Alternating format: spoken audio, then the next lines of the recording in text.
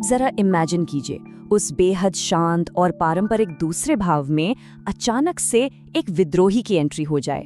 राहु बिल्कुल यही है। ये एक छायावादी और नियमों को तोड़ने वाला बल है। राहु को नियम पसंद ही नहीं है, उसे बस सीमाएं लांघना आता है। जब ये दूसरे भाव में बैठता है तो ये सदियों से चले आ रहे पारंपरिक ढांचे में एक तीव्र हलचल पैदा कर देता है।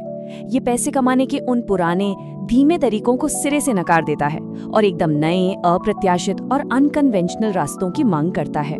क्योंकि दूसरा भाव हमारी वाणी का भी होता है, इसीलिए राहु यहाँ एक बहुत ही कमाल का असर डालता है। एक तरफ ये आवाज में गजब का चुंबकत्व और सम्मोहन भर देता है। इंसान अपनी बातों से, अपनी कन्विंसिंग पावर से किसी से भी कोई भी काम निकलवा सकता है।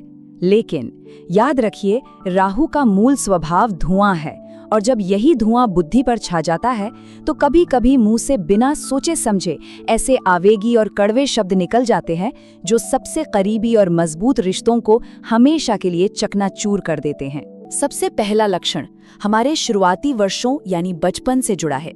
राहु का जो अलगाववादी स्वभाव है वो सबसे पहले यहीं अपना असर दिखाता है। अक्सर ऐसा देखा गया है कि इस स्थिति वाले इंसान का बचपन या तो शारीरिक रूप से परिवार से दूर बीतता है, जैसे हॉस्टल या किसी और शहर में, या फिर परिवार के साथ रहते हुए भी एक गहरी भावनात्मक दूरी बनी रहती है। घर के भीतर रहते हुए भी एक अजीब सा अकेलापन महसूस होता है, और असल में यही वो नींव है जो उन्हें भविष्य में अत्यधिक स्वतंत्र और कुछ हद तक विद्रोही बना देती है। इन शक्तिशाली ब्रह्मांडीय ऊर्जाओं के सामने हम पूरी तरह से बेबस नहीं हैं।